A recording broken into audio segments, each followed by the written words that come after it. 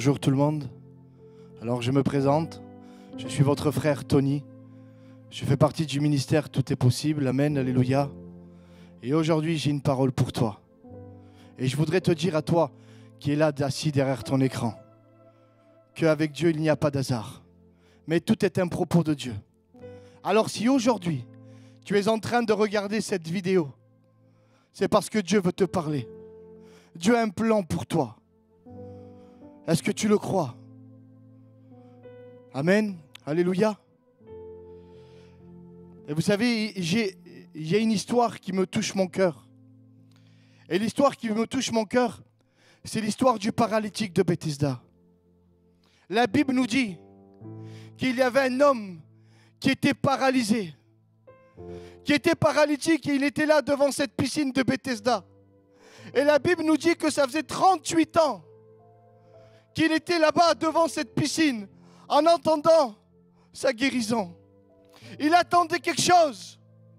La Bible nous dit qu'il attendait sa guérison. Pendant 38 ans, sa vie ne changeait pas. Il était au bord de cette piscine et il attendait quelque chose. Il attendait que le mouvement des eaux bougeait. Parce que l'histoire nous dit que de temps en temps, un ange descendait du ciel et bougeait les eaux. Et quand il y avait le mouvement des eaux, le premier qui s'y jetait dedans, il avait la guérison. Il avait la solution pour sa vie. Mais lui, comme lui, il était paralytique. Il n'arrivait pas. À chaque fois qu'il y avait les mouvements des eaux, il avait toujours quelqu'un qui se jetait avant lui. Alors cet homme-là était paralysé et sa vie ne changeait pas. Sa vie était toujours la même pendant 38 ans. Il était là au bord de cette piscine et il regardait tous les gens que leur vie changeait. Et laisse-moi te dire à toi qui es là, en train de m'écouter, s'il faut toi aussi, tu vois des gens autour de toi où leur vie change, où il y a un changement dans leur vie, où eux ils trouvent une solution. Mais toi, ta vie ne change pas. Toi, tu es toujours pareil. Ta vie est paralysée. Et tu n'en peux plus. Tu n'en peux plus. Parce que tu vois tout le monde qui prospère. Mais toi, non. Mais laisse-moi te dire quelque chose. Que cet homme-là, si sa vie ne changeait pas, s'il ne pouvait pas accéder à la guérison, c'est parce que il était converti à un mouvement.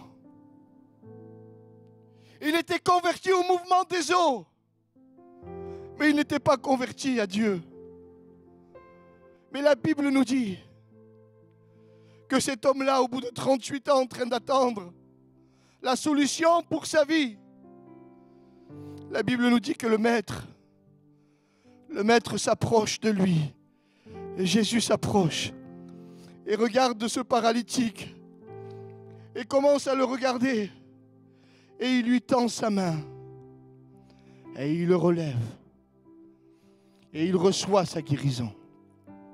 Sa vie commence à changer. Vous savez pourquoi? Parce que là, il ne regardait plus le mouvement des eaux. Il ne regardait pas le mouvement, mais là, il a commencé à regarder la parole. Parce que laisse-moi te dire quelque chose, que Jésus est la parole faite chair. Parce que dans le livre de Jean, il est écrit dans le chapitre 1, au verset 1, que la parole s'est faite chair. Et la parole, c'est Jésus. Donc il a eu le contact de la parole. Donc laisse-moi te dire quelque chose. Que si aujourd'hui tu as un contact avec la parole, avec Jésus-Christ, le roi des rois, ta vie va changer. Ta vie ne va plus être paralysée. Mais ta vie va commencer à changer. Et tu pourras commencer à marcher dans ta destinée. Des fois, nous sommes convertis à un mouvement, à une manière de faire. Et notre vie stagne, notre vie ne change pas. Notre vie, ce n'est pas toujours la même. On voudrait changer, nous, mais c'est toujours pareil. C'est toujours la même, notre vie. Parce que nous sommes convertis à un mouvement et pas à la parole qui est Jésus. Et vous savez, je vais vous donner un autre exemple. La parole nous dit que Jésus avait nourri plus de 5000 personnes. Et une fois qu'il nourrit toutes les personnes, il commence à prendre ses disciples et il leur dit aux disciples, voilà, vous prenez la barque et allez de l'autre côté. Allez de l'autre côté du port. Traversez. Et moi, je vais vous rejoindre. Parce que lui, Jésus, pendant ce temps-là, la Bible nous dit qu'il s'est réfugié dans la montagne pour pouvoir prier. Et là, pendant que Jésus priait, au bout d'un moment, il remarquait qu'il faisait nuit. Et là, il a commencé à redescendre de la montagne. Et là, quand il est redescendu de la montagne, comme il n'y avait plus de lumière, il était tard, il faisait nuit. Et la barque des disciples était déjà au large. Alors la Bible nous dit qu'il a commencé à marcher sur les eaux. Il a commencé à marcher sur les eaux. Et quand il s'est approché, quand il était pas loin de la barque, les apôtres commençaient à les regarder. Ses disciples étaient là, ils étaient effrayés, il y avait comme une tempête. Et là, de loin, ils voyaient Jésus. Ils voyaient quelque chose, mais c'était Jésus. Et vous savez, la Bible nous dit qu'il commençait à avoir peur.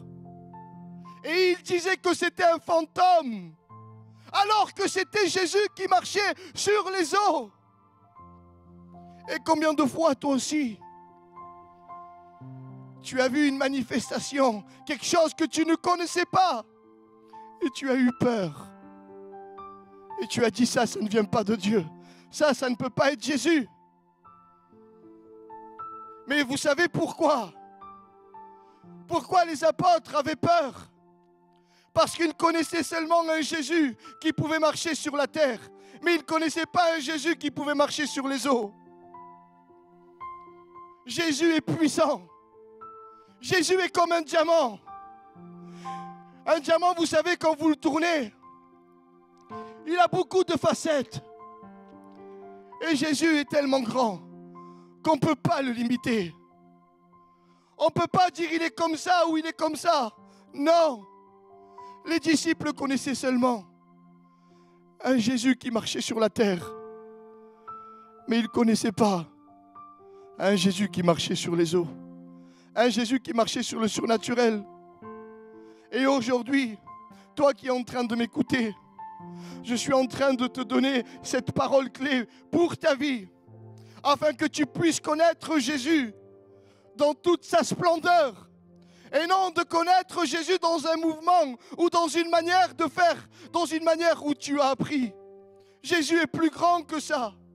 Et aujourd'hui, je voudrais que tu enlèves cette limite qui te met comme quelque chose d'impossible d'avancer dans ta vie. Vous savez, cette limite-là, quand on limite Jésus, il y a comme une bride en nous qui nous empêche d'avancer, où on est limité dans les choses de Dieu. Alors que Dieu nous a dit qu'on marchera de gloire en gloire.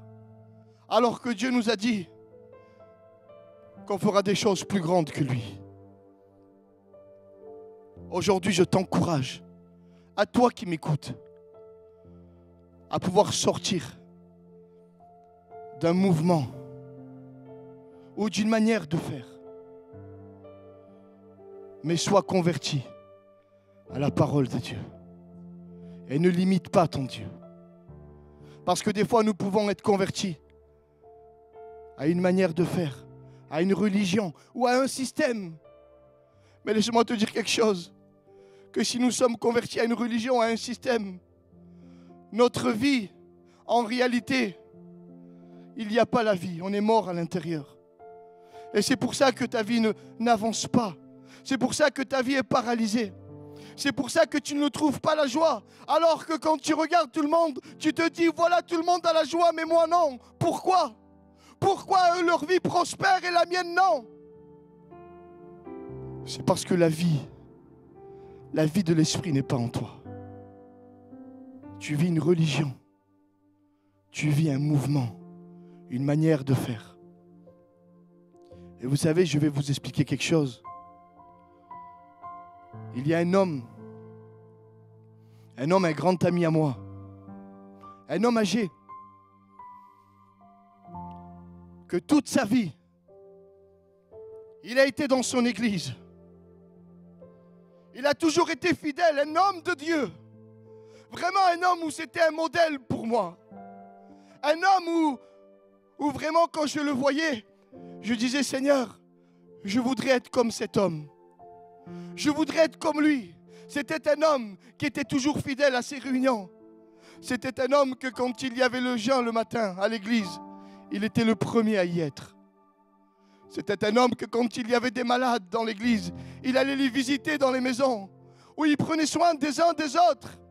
Un homme de Dieu, un modèle. Mais vous savez, il s'est passé quelque chose dans sa vie. D'un coup, dans le monde, il y a eu une épidémie mondiale. Il y a eu le coronavirus. Et là, quand le coronavirus a frappé, il a fallu qu'on ferme les églises locales. Et là, cet homme-là, pendant 2 mois, il n'est plus allé à l'église. Et vous savez, cet homme-là, parce qu'il ne pouvait pas aller à l'église, le soir, il m'appelait. Et il me disait, Tony, prie pour moi, parce que je suis angoissé. Cet homme-là est tombé en dépression. Il ne mangeait plus. Il ne dormait plus. Il n'avait plus la paix. On aurait dit qu'il n'avait plus Dieu. Alors écoutez-moi bien. En réalité, est-ce que cet homme-là, cet homme qu'on voyait si grand, est-ce qu'il était converti à Dieu ou est-ce qu'il était converti au système de l'Église? Cet homme-là était converti au système de l'Église. C'est pour ça que quand il ne pouvait plus aller à l'Église, il était angoissé. Il était plein de dépression. Il ne pouvait plus manger, il ne dormait plus. Mais laisse-moi te dire quelque chose. Que si tu es converti à la parole de Dieu, si tu n'es pas converti à un système, à une manière de faire, ta vie va changer. Peu importe le lieu où tu seras, Jésus est avec toi. Parce que la Bible nous dit que nous sommes temple du Saint-Esprit. Et là où je vais, il est avec moi. Amen. Est-ce que vous comprenez ce message? Est-ce que vous comprenez ce que je veux vous dire? Je veux vous expliquer que des fois nous pouvons tomber dans un piège. Nous pouvons tomber dans une religion. Et en fait, tu tournes en rond. Et tu en as marre. Tu as envie de baisser les bras. Parce que tu te dis, ce n'est pas possible. On me dit que j'ai un Dieu d'amour, mais je ne ressens pas l'amour. On me dit que j'ai un Dieu de miracle, mais je ne vois rien.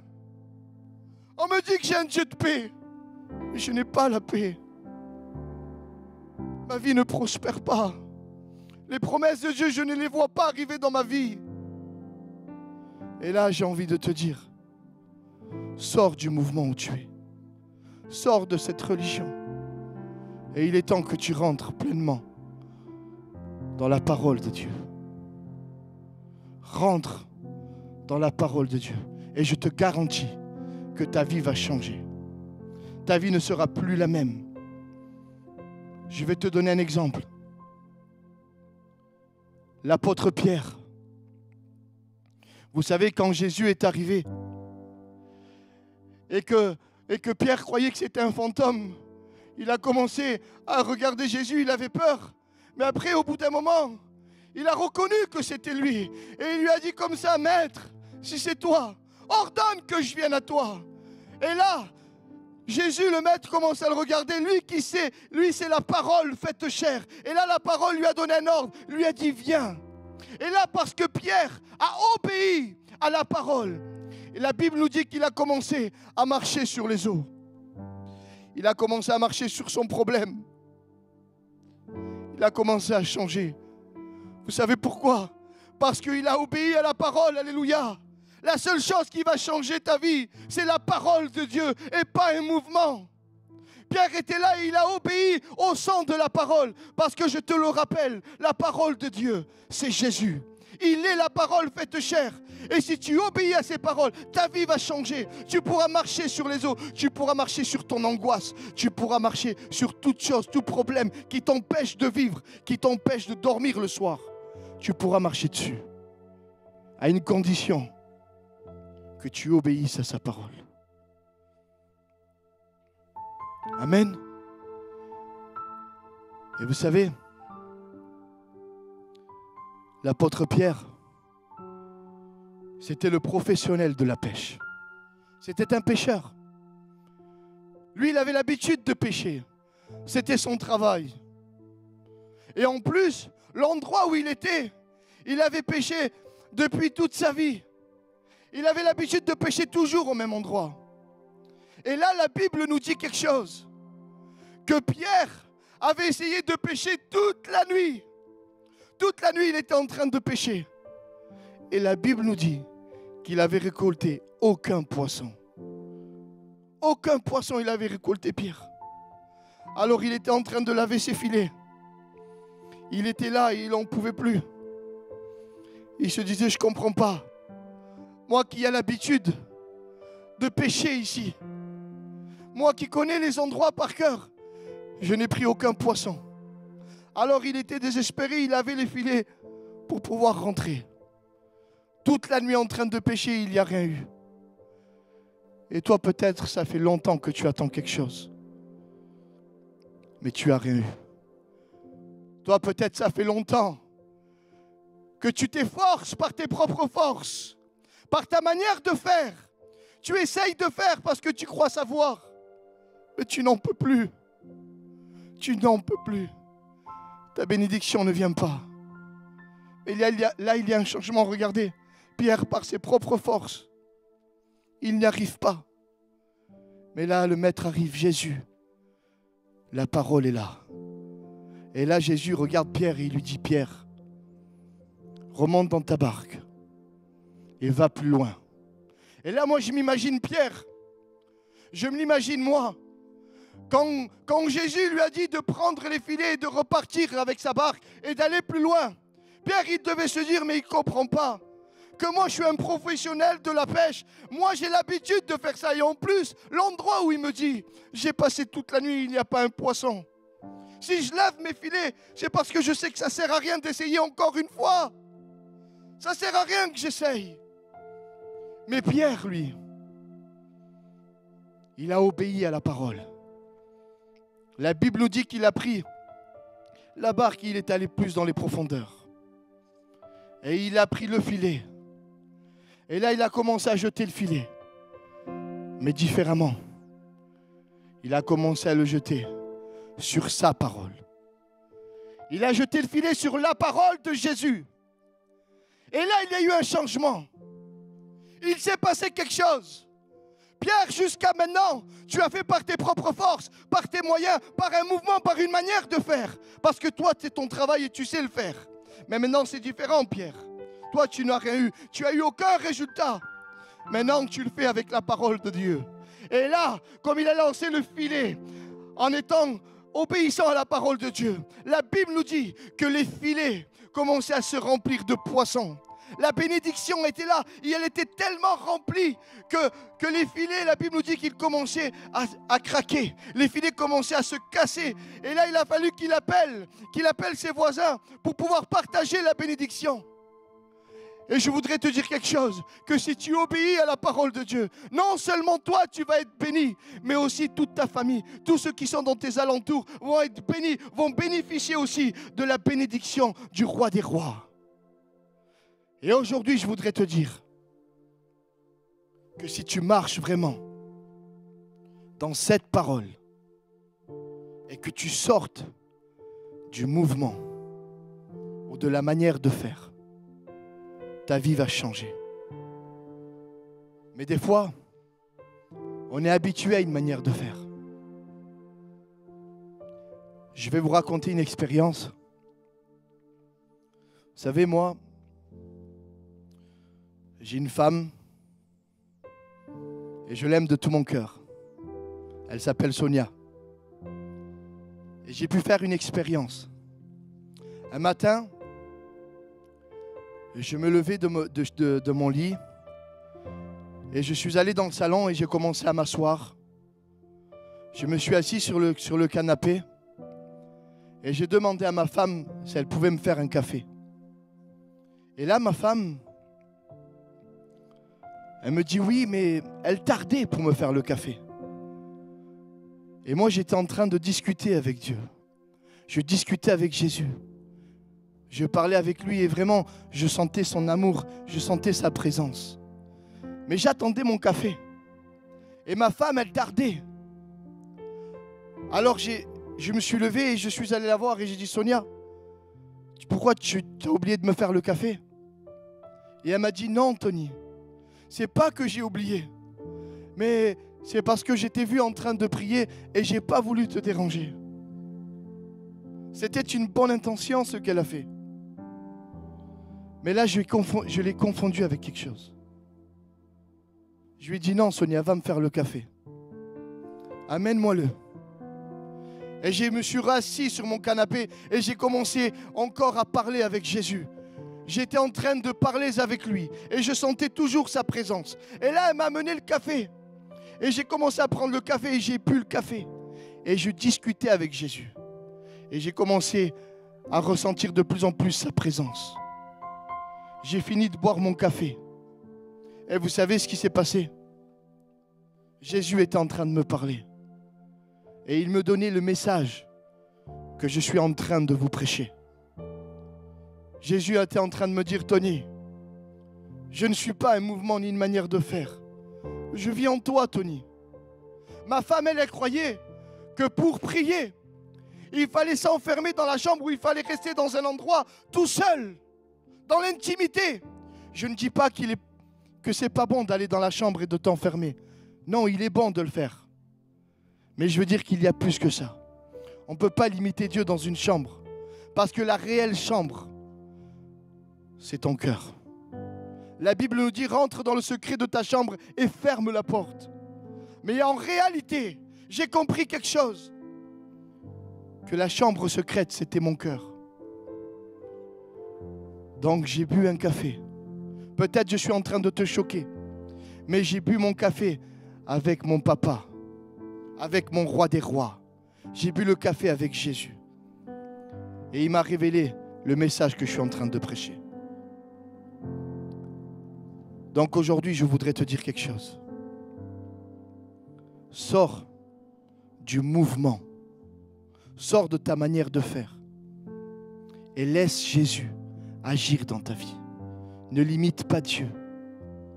Amen. Alléluia. Je le crois de tout mon cœur que Dieu t'a parlé dans ta vie. Je sais que ta vie ne change pas, que tu es toujours pareil. Je sais qu'il y a des blocages dans ta vie. Je sais que tu es en train de te dire, cette parole, elle est pour moi. Parce que moi, je vois toujours les gens d'à côté de chez moi, les gens qui sont mes voisins, les gens qui s'assoivent à côté de moi à l'église. Eux, leur vie change, mais la mienne ne change pas. Je sais que tu es en train de te voir dans le message. Mais je voudrais te dire quelque chose. Aujourd'hui, ce n'est pas ton frère Tony qui t'a parlé. Mais c'est celui qui vit en moi, le Saint-Esprit de Dieu, qui t'a parlé à toi. Toi qui es dans le besoin. Et aujourd'hui, cette parole, c'est une clé pour ta vie. Aujourd'hui, le Seigneur Jésus t'a donné à travers de ton frère Tony une clé pour débloquer ta vie dans le nom de Jésus. Alors je voudrais qu'on fasse quelque chose. Ferme les yeux de là où tu es et je vais prier pour toi. Seigneur Jésus, Seigneur, tu connais ces cœurs, Papa. Seigneur, je te prie maintenant dans le nom de Jésus qu'ils puissent rentrer dans leur destinée. Dans le nom puissant de Jésus. Seigneur, qu'ils puissent réaliser vraiment que l'obéissance à ta parole, Seigneur, C'est la clé de la réussite, Seigneur. Seigneur, je brise maintenant toute religiosité, toute chose, Seigneur, qui empêche de faire grandir, Seigneur, leur vie. Dans le nom puissant de Jésus, je déclare qu'à partir d'aujourd'hui, leur vie va changer. Parce que, Seigneur, tu leur as donné une clé pour pouvoir débloquer, Seigneur, pour pouvoir débloquer leur destinée. Dans le nom puissant de Jésus. Merci, Seigneur.